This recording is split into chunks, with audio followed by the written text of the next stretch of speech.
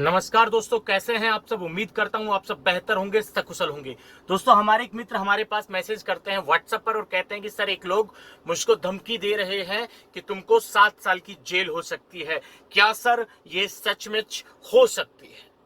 दोस्तों, भाई हमारे पास मैसेज करते हैं, निश्चित सी भाई ये भाई हमसे बात कर रहे हैं, मैसेज कर रहे हैं, तो वो भी न्यूड वीडियो कॉल ब्लैकमेलिंग का शिकार ही हुए होंगे। अब भाई का आप सवाल देखिए। भाई पूछते हैं कि सर, एक व्यक्ति मुझसे फोन करके मैसेज करके मुझे कह रहा है कि आपको 7 साल की जेल हो सकती है। और भाई मुझसे पूछना चाह रहा है कि क्या सर, क्या ये सचमुच हो सकती है जेल 7 साल की? अब इसी के ऊपर मैं आपको कुछ जानकारी आपको बताता हूं। दोस्तों, पहली चीज तो आप ये समझ लीजिए कि अगर आपके मन में ये सवाल है कि क्या सचमुच 7 साल की जेल हो सकती है, तो इस सवाल का मतलब ही है कि आप अपने आप को गुनहगार समझ रहे हैं। दूसरा, इस सवाल का यह मतलब है कि आप इस चीज को लेकर डाउटफुल हैं। आपको लगता है कि वो लोग सही में पुलिस वाले हैं, वो लोग सही में साइबर क्राइम वाले हैं, वो लोग सही में सीबीआई वाले हैं। ये चीज आप मान के बैठे हैं। पहली चीज, स्वयं को गुनहगार मान के बैठे हैं। दूसरी चीज, उन लोगों को सचमुच का पुलिस वाला, साइबर क्राइम वाला मान के बैठे हैं। और हम लोगों की सबसे बड़ी कमजोरी यही दो चीजें हैं। जब इंसान अपने आप को गुनहगार मान लेता है तो वो क्या खाक लड़ेगा, वो सिर्फ कंप्रोमाइज के लिए कोशिश करेगा, किसी तरह कंप्रोमाइज हो जाए, कुछ बात बन जाए। और जो आदमी कंप्रोमाइज करने के लिए जाता है, खासकर ऐसी परिस्थिति में, ब्लैकमेलिंग वाले मामलों में, तो उनके साथ हमेशा बुरा ही होता है, उनके पैसे ही जाते हैं, मेंटली वो टॉर्चर ही होते हैं, हमेशा डिसअपॉइंटेड रहते हैं। तो आप सबसे पहले तो ये अपने दिमाग से ख्याल निकालिए कि आपने कोई गुनाह किया। संविधान या कानून में कहीं ऐसा नहीं है कि आप किसी से फोन पर, वीडियो कॉल पर, आगे से कोई आपके पास वीडियो कॉल कर रहा है और आप अपने फोन को उठा रहे हैं, वो आपकी फिल्म बना रहे हैं, तो बेशक आप चाहे दिन में ऐसे 80-100 फोन उठा लें, आपके ऊपर ना संविधान, ना कानून, ना कानूनी प्रक्रिया लागू होगी, क्योंकि आपने कोई गुनाह नहीं किया। फोन आपका है, आपने किसी को प्रेशराइज नहीं किया आपसे वीडियो कॉल पर बात करने के लिए। ये उनकी चॉइस थी, वो चाहते थे कि वो आपसे बात करें, ठीक है, आपने अपनी तरफ से कुछ नहीं किया। तो पहली चीज ये समझ लीजिए कि आप गुनाहगार नहीं हैं। दूसरी चीज जो मैन है वो ये है कि आप जब गुनाहगार ही नहीं हैं, आपके ऊपर कोई कानूनी प्रक्रिया लागू ही नहीं होती, तो आपसे जो 7 साल जेल की बात कर रहा है वो सही और मतलब सच्चा पुलिस वाला कैसे हो सकता है, पहली चीज, ठीक है। तो ये चीज समझ लीजिए आप।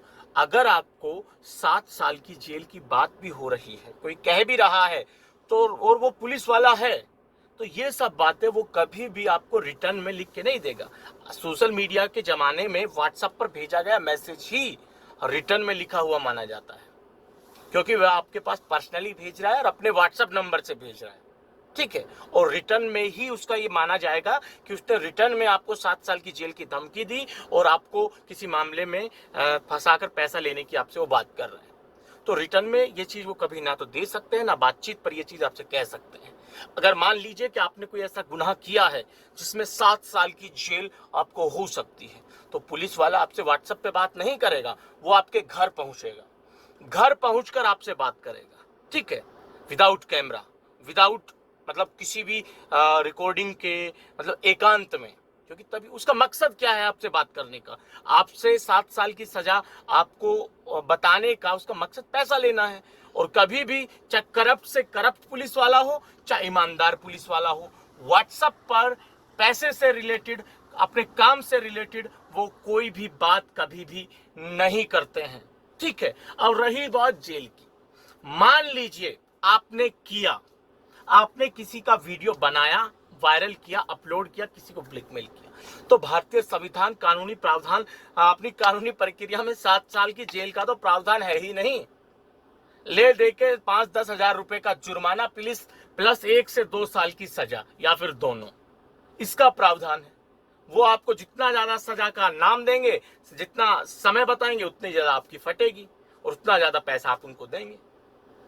मेरे भाई, अगर मान लीजिए सोशल मीडिया से रिलेटेड, साइबर क्राइम से रिलेटेड हमारे देश में 7 साल की सजा का प्रावधान होता तो ये लोग आज तक काम करना ये छोड़ दिए होते। वो अच्छे से जानते हैं कि अगर पकड़ भी लिए गए तो 5,000 10,000 की जमानत पे बाहर निकल जाए। ठीक है, तो पहली चीज तो ये, आप गुनहगार नहीं हैं।